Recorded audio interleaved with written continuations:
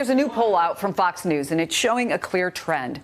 While Joe Biden continues to lead as he has all along, Elizabeth Warren moving up strongly, taking young voters away from Bernie Sanders and showing the stakes for the upcoming September debate. Beto O'Rourke, meantime, gets just 2% in the poll behind 7 other contenders, making it even more clear, though, last night on MSNBC that he is going to still run for president, not for anything else. Take a listen.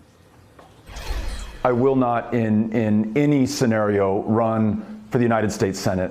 I'm running for president. I'm running for this country. I'm taking this fight directly to Donald Trump, and that is what I am exclusively focused on doing right now. There's been some pressure on O'Rourke since the mass shooting in El Paso to come back home and try, after keeping it close against Ted Cruz, to challenge John Cornyn. And he does have until December 9th, the filing deadline, to make up his mind. Back with me to talk about it, Sahil Kapoor and A.B. Stoddard.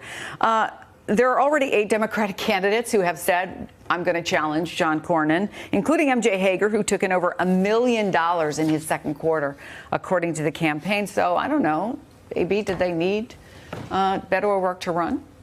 Well, Beto has this sort of unprecedented ground operation that he built in his run against Ted Cruz. So the party very much wanted him to revise that and turn Texas blue, help turn Texas blue with a Senate race that could help the presidential contender and that could build upon all the work he did, coming within 2.6 points of winning. And so that has been very frustrating for the party establishment, that they have not been able to convince him, along with Governor Bullock in Montana, Hickenlooper in Colorado, and Stacey Abrams in Georgia, not to run for Senate. I want to go back to the Senate as a whole, but just to talk about Texas for a minute, how vulnerable do you think John Cornyn is right now? It's different, right? He's not a lightning rod like Ted Cruz. He doesn't inspire the level of love. Yeah, he's also not the Republican people Democrats love to hate, right? Exactly. He doesn't inspire the same level of hate either. But in a world where the suburbs are moving so rapidly away from Republicans and toward Democrats, we saw some of this in 2018. We've seen the trends continue.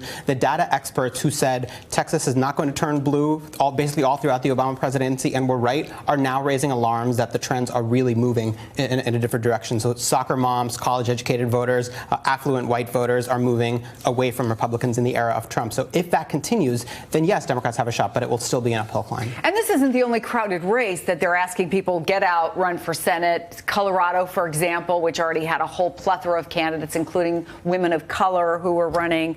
All the people that are being talked about to come out of this race, Bullock being another one.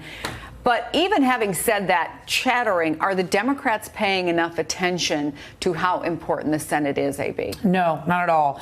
It's really necessary for them, whether they win the White House or not, going forward, to build on a majority in the Senate that allows them to nominate and confirm judges, to change the balance in the Supreme Court, and to obviously pass any legislation with their very ambitious agenda, things like Medicare for all. I mean, they have no hope, even if they had the Senate majority, let alone get started on stabilizing the Affordable Care Act.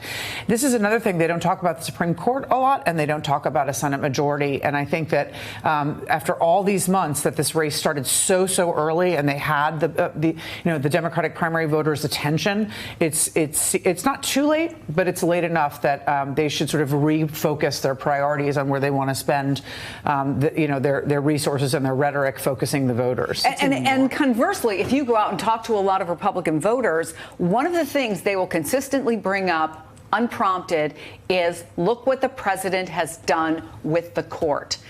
Yeah. He pushed it forward. Republicans have kept that mantra going for literally years, and it's taken hold within that party, I think, much more, to your point, A.B., than the other side. It's been a powerful galvanizing force for Republicans for decades now, the Supreme Court. There's a muscle memory there that conservative voters have when they go to the polls. This is one of the reasons that a lot of conservatives and Republicans who are skeptical of Donald Trump decided to vote for him in the 2016 election. And now all that waiting of the decade you talked about, the years of talking about it, for them, it's coming to fruition. Right. There's a record number of judges that the president has confirmed at the circuit level. These are enormously consequential because they have the last word on the vast vast majority of federal cases. Very few of them actually go to the Supreme Court, and about 1 in 4 of every circuit court judge has been appointed by President Trump. And by the way, that's a crazy number. There are 2 Supreme Court justices right now who are appointed, who are on the left end of the court, who are in their 80s. If that is not enough to motivate Democrats in 2020, I'm not sure what is. Hey there, I'm Chris Hayes from MSNBC. Thanks for watching MSNBC on YouTube. If you want to keep up to date with the videos we're putting out, you can click subscribe just below me or click over on this list to see lots of other great videos.